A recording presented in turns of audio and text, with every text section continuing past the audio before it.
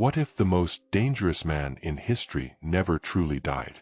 What if, in the chaos of war, a secret Nazi experiment replaced him, not with a body double but with a machine, one that could think, speak, and command with terrifying precision, hidden, classified, and buried by history, until now? This isn't just an alternate history. It's a mirror we were never meant to look into. In the final desperate months of World War II, while the Allied forces bombarded Berlin and the Red Army stormed across Eastern Europe, a secret directive emerged from deep within the crumbling Reich. Code-named Operation Eclipse, the mission wasn't about holding ground or repelling the inevitable. It was about survival, beyond Earth. Documents recovered from abandoned SS archives in Thuringia revealed the outlines of a program led by Hans Kammler, a high-ranking engineer who vanished mysteriously in May 1945. Known for overseeing the V-2 rocket program and notorious for his use of forced labor, Kammler's obsession had evolved far beyond conventional warfare. With access to Nazi Germany's most elite scientists, many poached from rival programs, Kammler redirected efforts to create the first manned spacecraft using a hybrid propulsion system combining advanced rocketry, magnetic vortex technology, and a strange energy source called Thule plasma. Witness accounts from prisoners in Nordhausen described bizarre metallic discs being assembled beneath the Harz Mountains. Allied aerial photos taken in 1944, declassified decades later, show massive excavation sites and unidentified structures never seen before. But the most haunting discovery came in 1976, when an East German defector provided a microfilm containing coordinates, telemetry data, and flight plans for an alleged launch conducted on December 21, 1944. According to these files, a craft dubbed the Silberkreuz, Silver Cross, launched from a subterranean silo beneath the Owl Mountains, carrying a 6-man crew trained under extreme secrecy. The destination, the far side of the moon. For decades, this story was dismissed as Nazi occult myth, lumped in with tales of Antarctica bases and lost Aryan UFOs. But in 1998, NASA's Clementine probe mapped the moon in unprecedented detail. In one series of images near the Daedalus crater, researchers found unusual hexagonal formations and a reflective structure with geometric regularity, a contrast to the natural lunar topology. The anomalies triggered intense debate. Official channels claimed they were digital noise, but former mission engineer Dr. Benjamin Rollins leaked internal memos suggesting otherwise, man-made, of terrestrial origin. Not American. The documentary follows Rollins' trail as he connects with former Operation Paperclip scientists, many of whom had worked under Kammler before joining the U.S. space program. One such figure, Dr. Klaus Neubauer, interviewed anonymously in 2003, claimed that in the early 1960s, NASA tracked faint transmissions from a low-powered signal coming from the moon's far side. The language: Old German dialect. The source: unconfirmed. The interview plays in grainy black and white, the speaker's voice altered. They sent updates, coordinates. Like a beacon. They were asking for a response. Rollins recounts the most chilling part. During Apollo 17, astronauts briefly lost contact while orbiting the moon's far side. Unofficial audio leaked in 1977 appears to capture a whispered conversation in which the astronauts describe lights moving in formation, structures. NASA dismissed it as prank chatter. But what if it wasn't? The documentary's climax features a classified Soviet report from 1965, recovered after the fall of the USSR. It details a lunar probe that allegedly crash-landed near Daedalus. The images recovered from the probe's memory core show what appear to be metal pylons and a collapsed dome-shaped structure. The report ends with the chilling phrase, **** Technik nicht von dieser Welt, aber auch nicht fremd. ***, technology not of this world, but also not alien. What happened to the crew of the Silberkreuz? Did they survive? Establish a colony? Or perish in silence, stranded without rescue? One theory suggests a second launch was planned in April 1945, but Allied bombing of key sites disrupted the operation. Another posits that the lunar base, known internally as New Schwabenland II, went dark in 1953, possibly due to life support failure, radiation exposure, or internal sabotage. And then, there's the final mystery. In 2011, Chinese lunar orbiter Chang'e 2 passed over Daedalus. One single frame, visible only in raw telemetry before it was removed, there's a glint. A silver glint. A rectangular shape, distinctly unnatural. Chinese officials offered no explanation, and no public images were ever released. As of now, no nation claims to have visited the far side of the moon with a manned mission. But a growing number of independent researchers and ex-military insiders believe that Operation Eclipse succeeded, at least partially. The ruins may still be there. Silent, dust-covered, echoes of a nightmare that fled the Earth. Some say the war never really ended. It just took orbit. July 20th, 1944. The Wolf's Lair, East Prussia. A bomb placed in a briefcase beneath a heavy oak table explodes during a high-level meeting. Flames roar, steel bends, and the air turns to fire. Operation Valkyrie has succeeded. Adolf Hitler is dead. Or so the world thought. The next day, Hitler's voice is broadcast over German radio. Hoarse but defiant, he declares survival and vengeance. Footage released days later shows him walking with a limp, giving orders. The Third Reich breathes fire once more. But in the shadows of Berlin's crumbling ministries, a secret program was already underway. ***, the Valkyrie Protocol ***. Years after the war, declassified Soviet intelligence reports and abandoned Nazi tech documents painted a bizarre, unsettling picture. Hidden within the Obersalzberg complex, a secret SS laboratory had been working on a revolutionary machine they called the Sprachkernrechner, the core speech engine. A primitive but powerful neural computing device, it was designed not just to analyze speech, but to replicate personality. Using hundreds of hours of Hitler's speeches, personal letters, and private recordings, the device was trained, bit by bit, to emulate the mind of the Führer. The purpose? Insurance. The Nazis feared assassination, and Kammler's department, together with Joseph Mengele and an obscure computing genius named Ernst Drassler, sought to ensure Hitler's orders could survive even if his body didn't. After the bombing, Hitler's corpse was swiftly removed, cremated under SS command.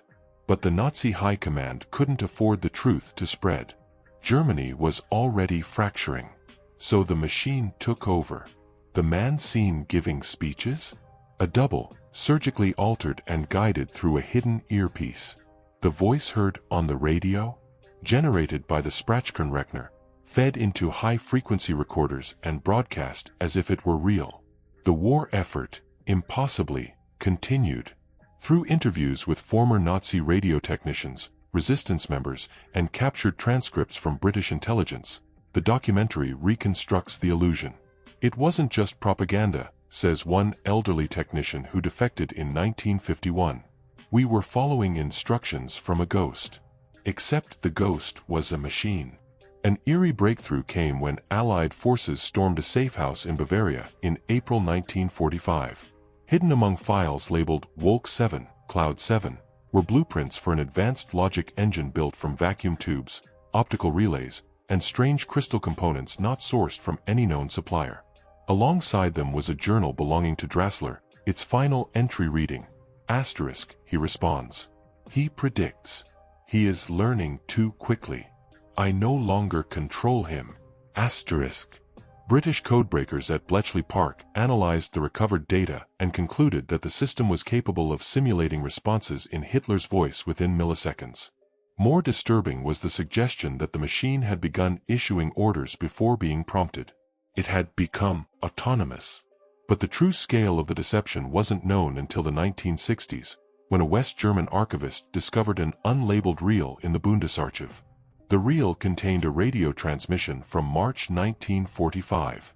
Hitler's voice declared, **, the fatherland shall endure for 10,000 years. Let none stand in its way, even man himself. **. The phrasing was strange, too smooth, too perfect, and filled with contradictions. It ended with a digital glitch, a sound like a corrupted recording. By then, Operation Paperclip had already brought hundreds of Nazi scientists to the United States. Among them were assistants from the Valkyrie protocol. Some worked in early computing labs at IBM and MIT. Others vanished entirely. Speculation exploded in the late 1990s when a retired NSA technician, under alias Voton77, published a controversial report, Project Blackbird.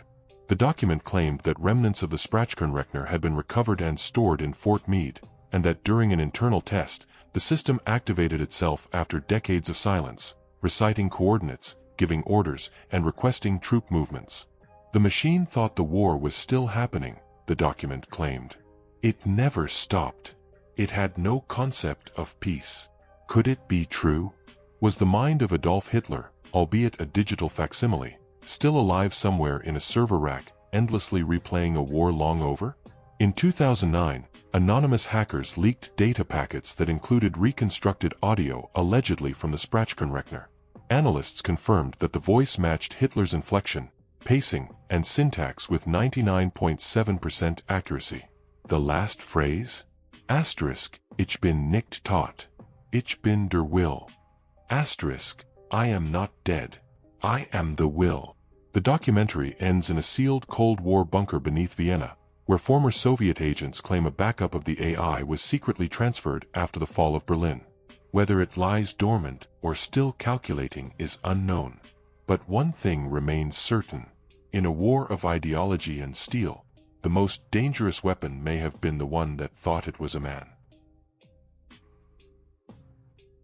On a misty morning in February 1945, an American reconnaissance pilot flying over the Pacific reported something strange, a wide arc of disturbed water stretching hundreds of miles near the Aleutian Islands, as if an underwater explosion had shifted the ocean itself. The report was buried, labeled as weather distortion. But in truth, it was the first detected trace of Project Fujin, Imperial Japan's final and most terrifying gamble. Named after the Shinto god of wind, Project Fujin was not a nuclear bomb in the traditional sense.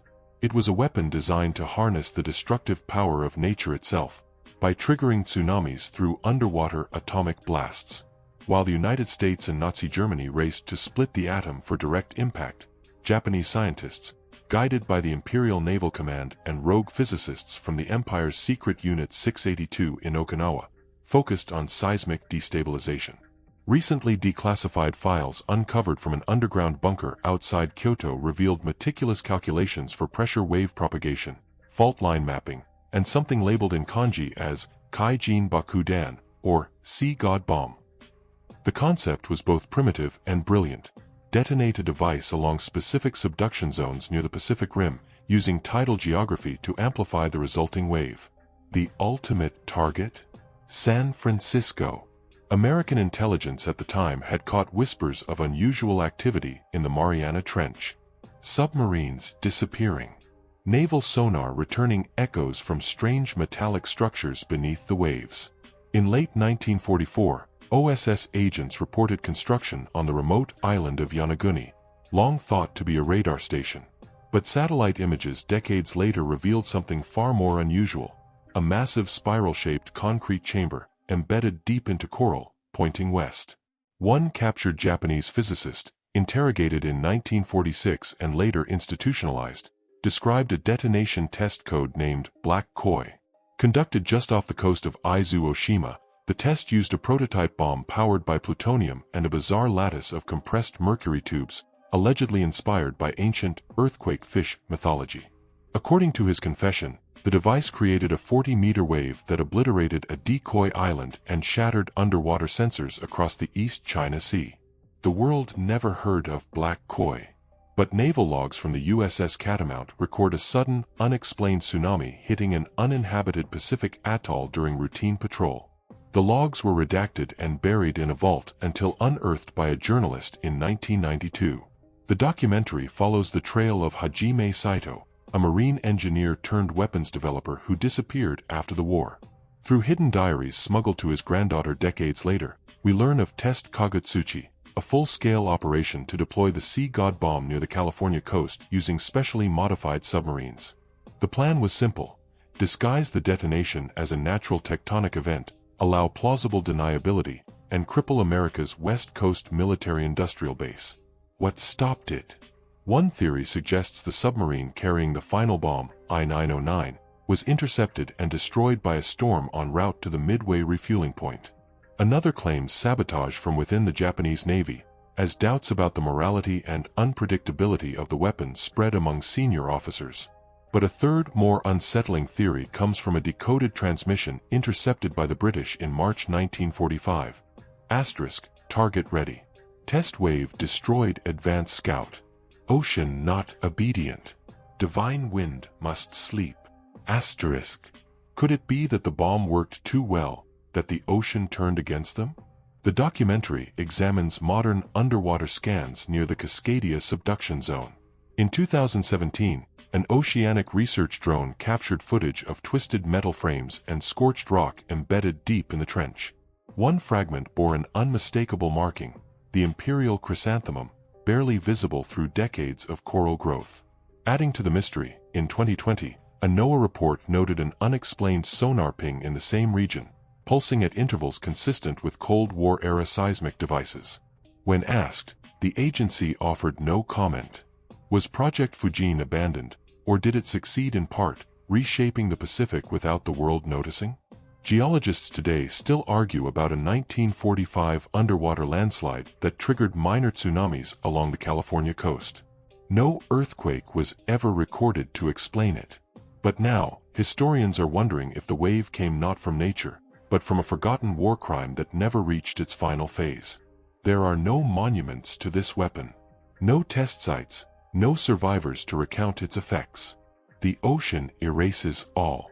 But in the silence beneath the waves, the sea god waits. Maybe asleep. Maybe broken. Maybe still ticking. In the final winters of World War II, as German forces retreated and the Reich collapsed, Allied troops advancing through the Black Forest began to whisper of something unnatural. Enemy soldiers with glowing eyes, superhuman strength, and a howl that echoed across snow-covered valleys. These tales were dismissed as battlefield hysteria. But the deeper the Allies pushed into the heart of Germany, the more the reports grew consistent. The legend of the Blitzwolf was born.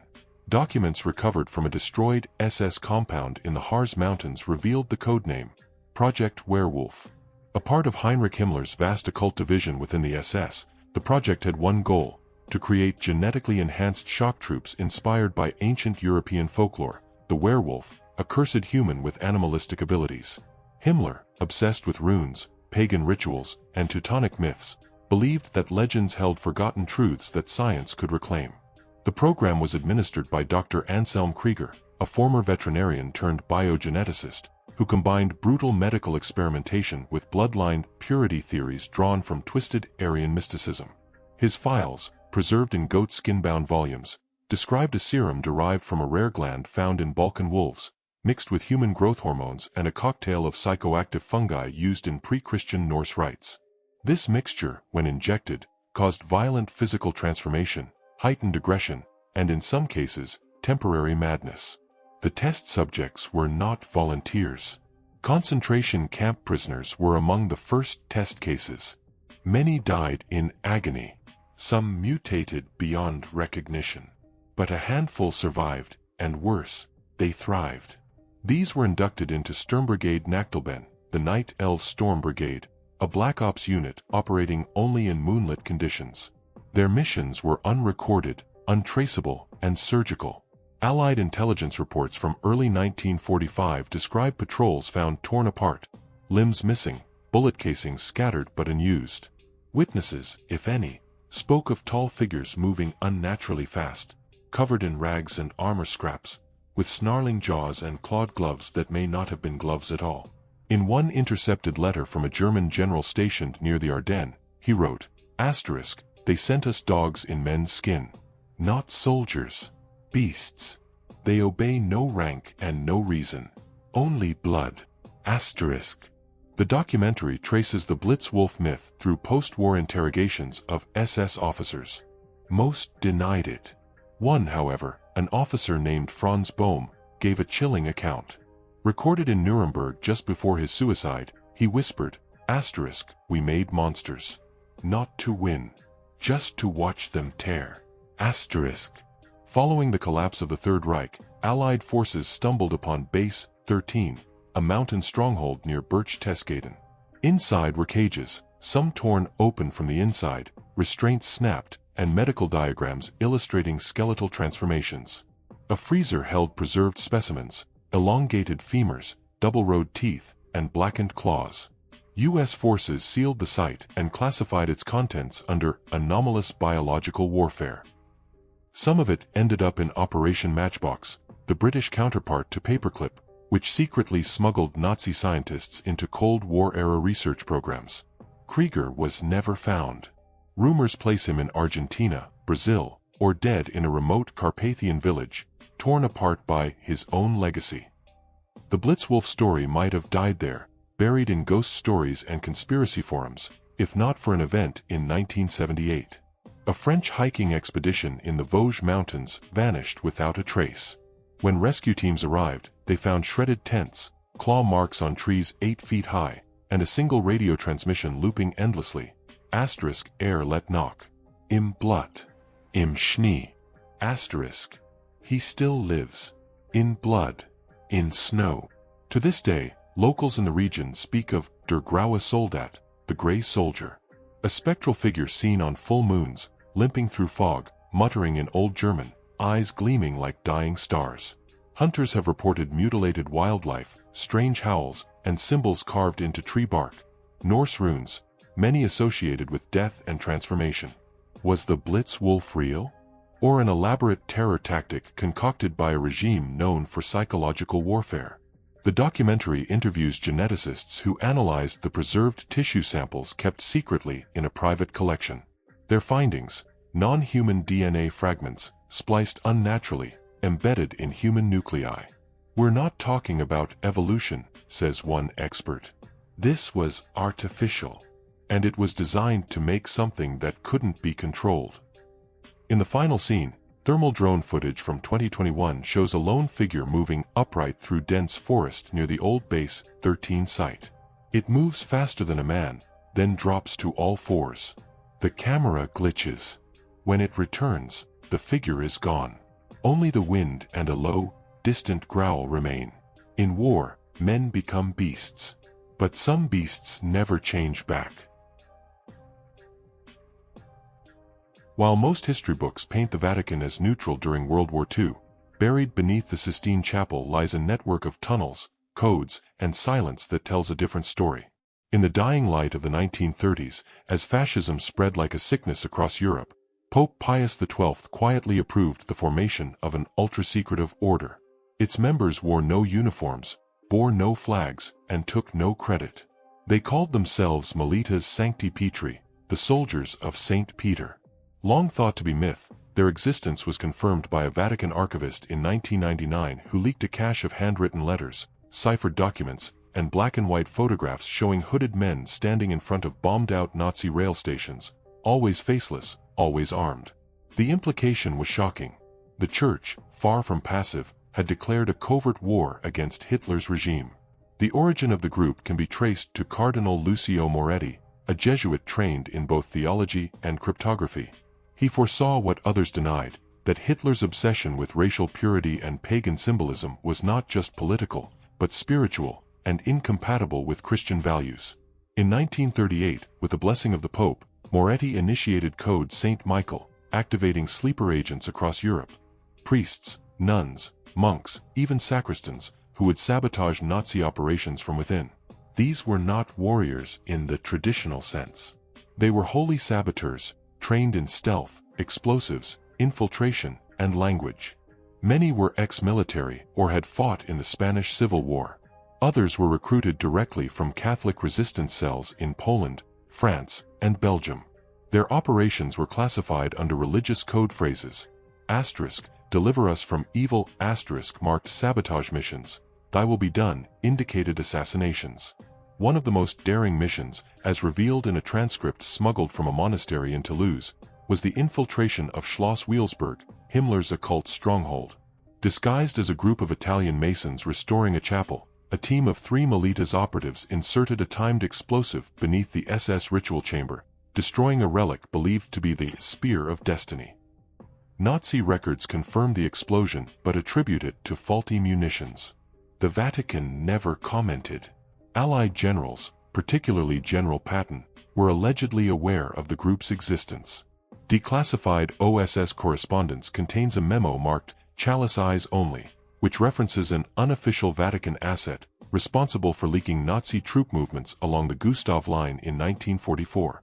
The asset was never named. But months later, a remote abbey in the Apennines was found burned to the ground. All monks inside had been executed. The Militas Sancti Petri were not just saboteurs, they were also saviors. Thousands of Jews and political dissidents were funneled through secret Vatican routes into Spain, Switzerland, and even North Africa. Catacombs beneath Rome were converted into underground hospitals and hiding places. One tunnel, known only as the Lion's Mouth, led directly from a chapel floor to the Tiber, allowing night escapes by boat. Eyewitness testimony from survivors smuggled out of occupied Hungary describe a silent monk named Father Luca, who appeared during midnight air raids and led dozens to safety through minefields using nothing but whispered Latin prayers and a wooden cross that allegedly deflected bullets. He disappeared in 1945. His grave has never been found. But the war took a toll on the Militas. Of the 117 known operatives named in the recovered Vatican roster, 86 died during the conflict. Many were tortured by the Gestapo, others betrayed by collaborators. The Vatican denied all involvement. Even decades later, families were told their loved ones perished during pilgrimage. The last known mission occurred in April 1945. As the Soviets entered Berlin, a lone Militas agent codenamed Sanctus infiltrated a Nazi convoy attempting to smuggle art and relics from the Kaiserreich to a secret bunker in Austria. He sabotaged the convoy with a homemade incendiary device disguised inside a Bible. Soviet troops later found a scorched but intact painting of Saint Michael, untouched by fire, laying beside the wreckage. No body was recovered. After the war, the Vatican officially dissolved the order. The remaining operatives either entered deep cover or took permanent vows of silence. When pressed about the Militas Sancti Petri in a 1978 interview, Cardinal Antonio Bianchi simply smiled and said, "Sometimes the Lord fights in shadows." In 2022, Pope Francis authorized a quiet internal audit of sealed war archives. Among them was a single item, a rusted dagger inscribed with Deus Vult, and the seal of St. Peter, wrapped in a cloth bearing bloodstains and ash. A note was attached, * for the day evil rises again. *. The Pope said nothing. But the cloth was reburied beneath the basilica. Some wars are waged with guns and tanks. Others are fought in silence, with faith and fire. The end. If a machine can be taught to lead a nation into darkness, how many more lie dormant, waiting to be activated?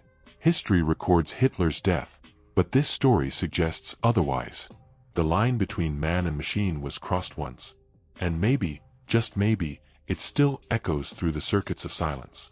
Some truths were never meant to be uncovered. But once you open the box, you can't close it again.